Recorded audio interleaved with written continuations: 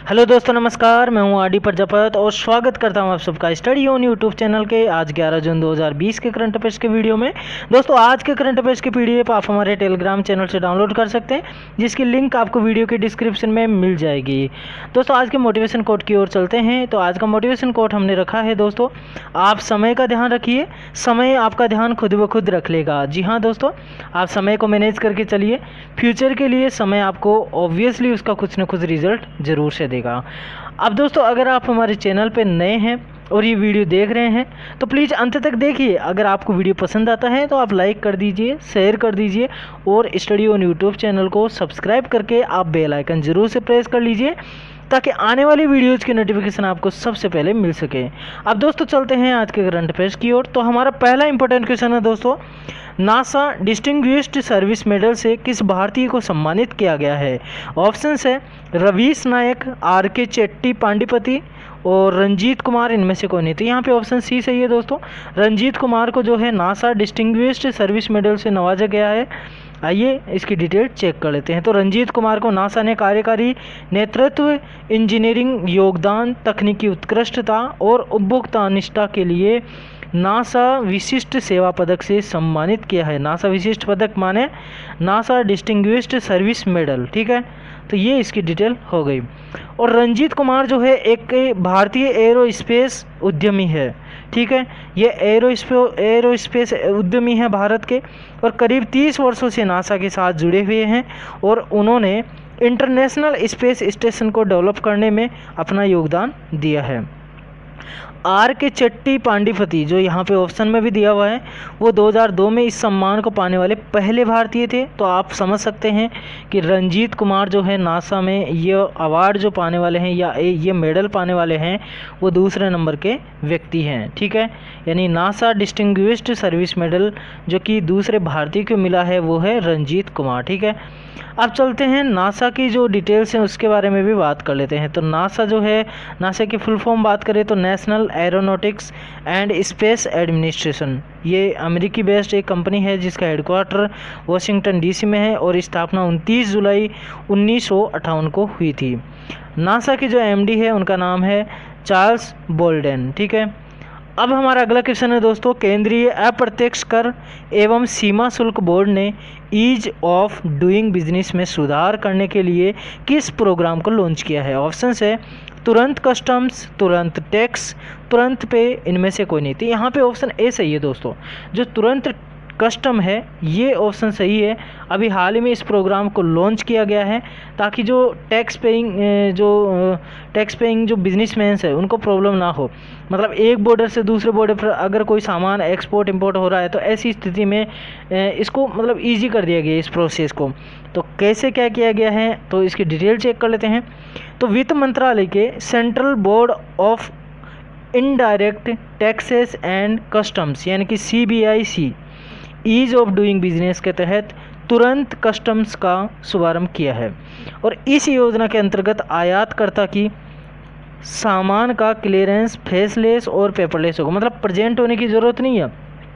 जिसका सामान है जो एक्सपोर्ट कर रहा है या इंपोर्ट कर रहा है उसके लिए क्लियरेंस करवाना हो तो उसको जाने की ज़रूरत नहीं है और पेपरलेस सुविधा हो गई है। इस योजना के तहत इम्पोर्टेड गुड्स का सेल्फ रजिस्ट्रेशन होने के बाद बिल ऑफ एंट्री की क्लियरेंस भी ऑटोमेटिक मिल जाएगी और ई संचित प्लेटफॉर्म के जरिए इम्पोर्टर्स अपने सारे डॉक्यूमेंट्स पोर्टल पर अपलोड करेंगे और इम्पोर्टर्स और कस्टम ऑफिसर के बीच सारे कम्युनिकेशन इलेक्ट्रॉनिक माध्यम जिसका नाम है आइस गेट उसके माध्यम से होंगे। मतलब जो भी कोई बात होगी, जो भी कोई डिटेल्स डालनी हो, एडिशनल कोई बात पूछनी हो तो वो कहाँ पर होगी?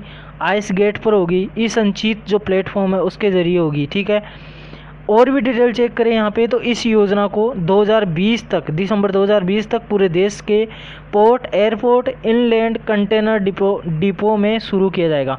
मतलब जहाँ से माल जो है इंपोर्ट होता है, एक्सपोर्ट होता है, उन्हीं स्थानों पर वहाँ पे ये सुविधा चालू की जाएगी। आप समझ सकते हैं जैसे कोई सामान बाहर से आ रहा है तो कस्टम ड्यूटीज़ लगती है और उनको चेकिंग होना पड़ता है, उनको पास होना पड़ता है, क्लियरेंस करना पड़ता है। तो ऐसी स्थिति में क्या है, बहुत ज़्यादा टाइम लग जाता है, पेपर क्लियरेंस में टाइम लग जाता है। तो ईज़ ऑफ डूइंग यही एक मेन मुद्दा रखते हुए जो central board of direct taxes and customs है, उसने ये निर्णय लिया है और तुरंत कस्टम नाम से एक प्रोग्राम का शुभारंभ किया है। अब हमारा अगला क्वेश्चन है दोस्तों, वंदे उत्कल जननी को किस राज्य का राज्य गान, एक्चुअली यहाँ पे राज्य गान आएगा, तो राज्य गान का दर्जा मिला है। ऑप्शन है पश्चिम बंगाल, उत्तर प्रदेश, उड़ीसा, इनमें से कोई नहीं। तो यहाँ पे ऑप्शन सी सही है दोस्तों। उड़ीसा जो है उसने अभी एक राज्य गान घोषित किया है, किसको, वंदे उत्कल जननी, इस गीत को, ठीक है। तो इसकी डिटेल चेक कर लेते हैं। उड़ीसा के मंत्रिमंडल ने वीडियो कॉन्फ्रेंसिंग के माध्यम से वंदे उत्कल जननी को ओडिशा गान का दर्जा देने के प्रस्ताव को मंजूरी दे दी है। और इस गान को 1912 में कांता कवि लक्ष्मीकांता महापात्रा ने लिखा था। और इस गीत में उड़ीसा की महिमा और प्राकृतिक सौंदर्य का वर्णन किया गया है। वर्ष 1994 से उड़ीसा की विधानसभा के प्रत्येक सत्र के अंत में वंदे उत्कल जननी गाया जाता था, ठीक है। और ये निश्चित किया गया था, इसके बाद में रेगुलर जब भी विधानसभा का सत्र समाप्त होता ये गीत गाया जाता था। और तभी से इस गान को उड़ीसा गान बनाने की मांग की जा रही थी। दोस्तों अब हमारा अगला क्वेश्चन है, हाल ही में विश्व बैंक ने भारत के किस राज्य को कोविड-19 की स्थिति से निपटने के लिए 1950 करोड़ रुपए का ऋण प्रदान किया है। तो यहाँ पे विश्व बैंक ने किया है और भारत के किस राज्य को किया है। यहाँ पे ऑप्शंस है पश्चिम बंगाल, उत्तर प्रदेश, केरल, इनमें से कोई नहीं। तो यहाँ पे ऑप्शन ए सही है।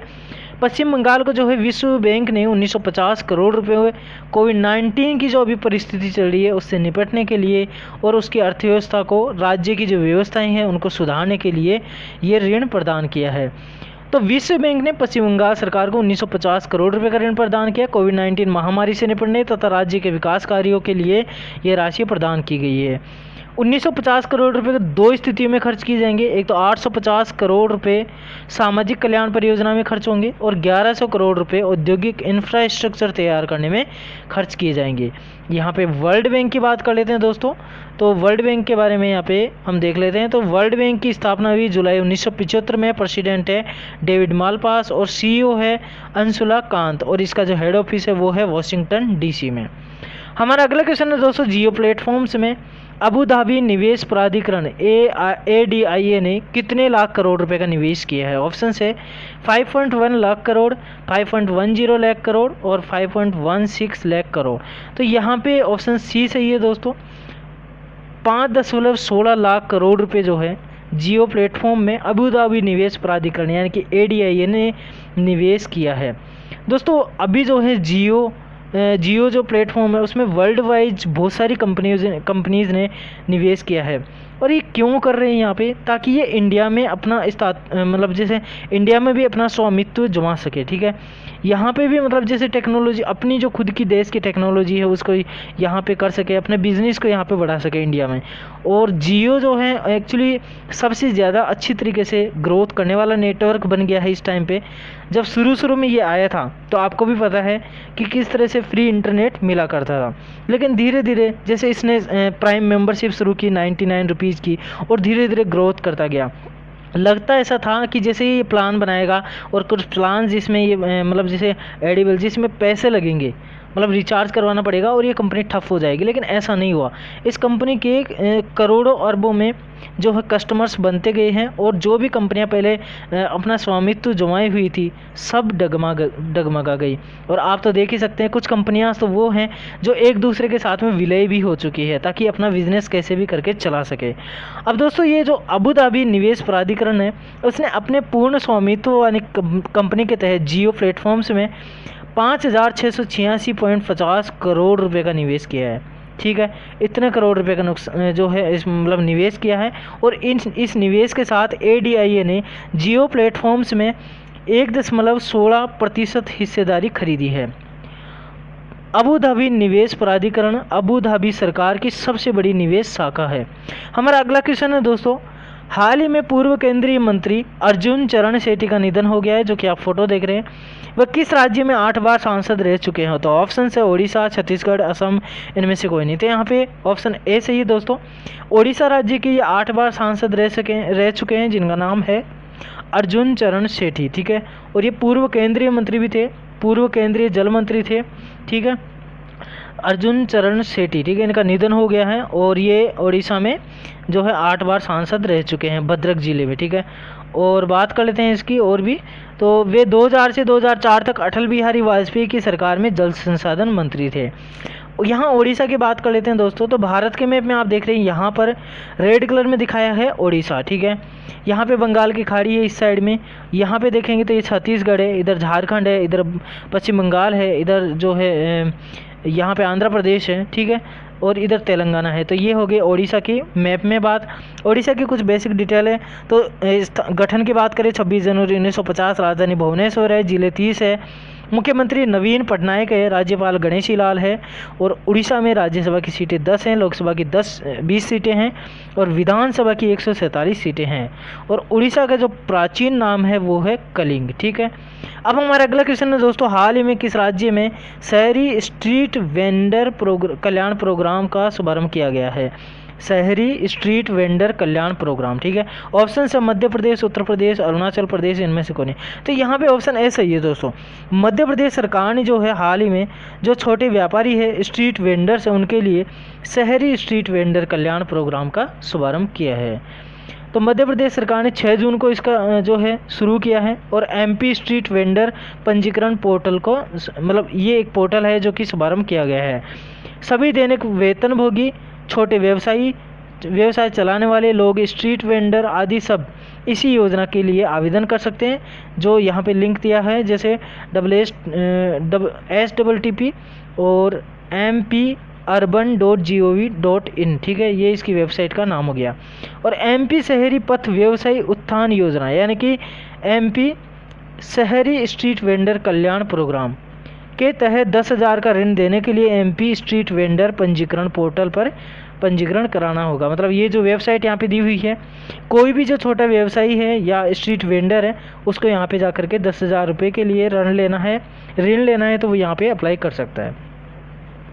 इस योजना के तहत छोटे व्यवसायियों को दिए गए ऋण पर 7% जो ब्याज है वो केंद्र सरकार भरेगी, और बाकी जो ब्याज है वो राज्य सरकार यानी कि मध्य प्रदेश सरकार भरेगी। और व्यवसायियों को इसके लिए किसी भी प्रकार का ऋण नहीं देना होगा, ठीक है। मतलब उनको कोई जो है वहाँ पे ऋण तो लगेगा, मतलब ब्याज देने की ज़रूरत नहीं, ठीक है। ये योजना पीएम मोदी की जो पीएम पथ विक्रेता आत्मनिर्भर निधि कार्यक्रम योजना, इसके तहत चलाई जा रही है, ठीक है। अब मध्य प्रदेश की बात कर लेते हैं दोस्तों, तो भारत के मैप में आप देख रहे हैं मध्य प्रदेश की स्थिति जो कि रेड कलर में दिखाया हुआ है। यहाँ पे आप राजस्थान की स्थिति देख सकते हैं इसके ऊपर। यहाँ पे इधर देखेंगे तो ये उत्तर प्रदेश है, यहाँ पे इधर देखेंगे यहाँ पे ये बिहार है, और इस साइड में आप देखें तो ये है छत्तीसगढ़, यहाँ पर है यहाँ पर महाराष्ट्र है, इधर गुजरात है। तो ये स्थिति होगी मध्य प्रदेश की भारत के मैप में। अब राजधानी की बात करें तो भोपाल है, सबसे बड़ा जिला इंदौर है, जिलों की संख्या 56 है, मुख्यमंत्री शिवराज सिंह चौहान है, और राज्यपाल लालजी टंडन है। विधानसभा की 231 सीटें, राज्यसभा की 11, लोकसभा की 29 सीटें। मुख्य पर्यटन स्थलों की बात करें तो भीमबेटका, पंचवटी, खजुराहो, सांची स्तूप, ग्वालियर का किला और उज्जैन जिले में हर वर्ष जो है हर 12 वर्षों में जो है कुंभ के मेले का आयोजन होता है, जो कि विश्व स्तर पर प्रसिद्ध है, ठीक है। अब हमारा अगला क्वेश्चन है दोस्तों, एथलेटिक्स इंटीग्रिटी यूनिटी यानी कि AIU ने हाल ही में एथलीट गोमती मारीमुथु पर कितने वर्ष का प्रतिबंध लगाया? तो ऑप्शन है यहाँ पे 3 साल, 4 साल, 2 साल, इनमें से कौन नहीं? तो यहाँ पे ऑप्शन बी सही है दोस्तों। 4 साल के लिए जो है एथलेटिक्स इंटीग्रिटी यूनिट ने एथलीट गोमती मारीमुथु पर प्रतिबंध लगा दिया। एक्चुअली क्या है, मतलब जैसे डोप टेस्ट में ये क्या है पॉजिटिव आ गई है, और इसी कारण से इन पे प्रतिबंध 4 साल का लगा दिया गया, ठीक है। मतलब प्रतिबंधित पदार्थ उपयोग किया इन्होंने और इस कारण से पॉजिटिव आ गई, तो 4 साल के लिए प्रतिबंध लगा दिया गया। और ये प्रतिबंध 17 मई 2019 से 16 मई 2023 तक रहेगा, ठीक है, यानी 4 साल तक रहेगा। और एथलीट ने ADR आर्टिकल, यहाँ पे जो कुछ आर्टिकल है जो कि फिक्स है, नियम है, तो आर्टिकल 2.1 और 2.2 का उल्लंघन किया, जिसमें जो है प्रतिबंधित पदार्थ का इस्तेमाल किया गया था, और एक और चीज़ कि यूरिन सैंपल में प्रतिबंधित पदार्थ का मेटाबोलाइट उपस्थित था, इस कारण से मतलब उनकी जो रिपोर्ट पॉजिटिव आ गई है। और इस प्रतिबंध के तहत एथलीट के पदक, खिताब, रैंकिंग पॉइंट और पुरस्कार तथा उपस्थिति सब कुछ जो है जब्त कर लिया जाएगा, मतलब उनकी उपलब्धियों को समाप्त कर दिया जाएगा इस 4 साल के अंतराल में। और तमिलनाडु की धाविका हैं और उनको जो कि धाविका है जिनका नाम है गोमती, तो उन्होंने 2019 में दोहा एशियाई चैंपियनशिप में 2 मिनट और 2.70 सेकंड के समय के साथ स्वर्ण पदक जीता था, लेकिन उनकी जो है डोप टेस्टिंग पॉजिटिव आने के कारण जो है उनका पदक अब समाप्त हो गया है। ठीक है दोस्तों, अब हमारा अगला क्वेश्चन है, हाल ही में किसने नैनो टेक्नोलॉजी असिस्टेंट फॉर्मुलेशन के साथ अनन्या नाम से जल आधारित कीटाणुनाशक स्प्रे विकसित किया है। मतलब अनन्या नाम से एक जो है स्प्रे, कीटनाशक स्प्रे हैं वो कि बनाया गया है, डेवलप किया गया है। और ये किसने बनाया है? Nano technology assistant formulation. और किसके साथ बनाया? तो यहाँ पे ऑप्शन है DIAT, ICMR भारतीय जल सेना।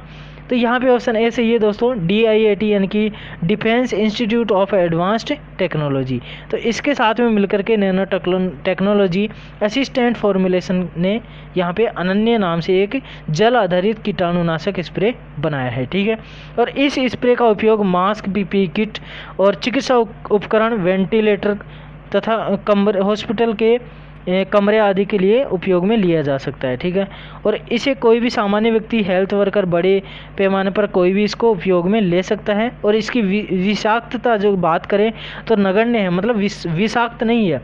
अगर किसी के मुंह में चला भी जाता है तो कोई प्रॉब्लम वाली बात नहीं है। और इसकी जो लाइफ है स्प्रे की वो 6 महीने की बताई गई है। हमारा अगला क्वेश्चन है दोस्तों, स्विट्जरलैंड में भारत का राजदूत किसे नियुक्त किया गया है? ऑप्शन है ब्रिजेंद्र नवनीत, राहुल श्रीवास्तव, मोनिका कपिल मोहता, इनमें से कोई नहीं। तो यहाँ पे ऑप्शन सी सही है दोस्तों। जो मोनिका कपिल मोहता है, जो कि आप फोटो में देख रहे हैं, उनको स्विट्जरलैंड में भारत का राजदूत नियुक्त किया गया है। तो स्विट्जरलैंड में भारत का जो अगला राजदूत है वो है मोनिका कपिल मोहता, जिनको नियुक्त किया गया है। वह वर्तमान में स्वीडन में भारत के राजदूत के रूप में कार्य कर रही है और वह 1985 बैच की IFS अधिकारी है। ठीक है, यानी कि इंडियन फॉरेन सर्विस अधिकारी है। यहाँ पे IFS का मतलब हो गया इंडियन फॉरेन सर्विस। ठीक है, तो 1985 बैच की ये अधिकारी है। और मोनिका कपिल मोहता स्विट्जरलैंड में वर्तमान भारतीय राजदूत CB जॉर्ज की जगह लेंगी। इसके साथ CB जॉर्ज को कुवैत में भारत का अगला राजदूत नियुक्त किया गया है। तो दोस्तों ये थे आज 11 जून 2020 के करंट अफेयर्स। आपको कैसा लगा ज़रूर से कमेंट करके बताइए। अगर आपको पसंद आया तो प्लीज़ लाइक ज़रूर कर लीजिए और हाँ, दोस्तों के साथ शेयर कर दीजिए। चैनल को अब तक सब्सक्राइब नहीं किया है तो चैनल को सब्सक्राइब कर लीजिए, साथ ही बेल आइकन प्रेस कर लीजिए ताकि आने वाली वीडियोज़ की नोटिफिकेशन आपको सबसे पहले मिल सके। ठीक है दोस्तों, इसी के साथ में अलविदा। Thank you so much. जय हिंद, जय भारत।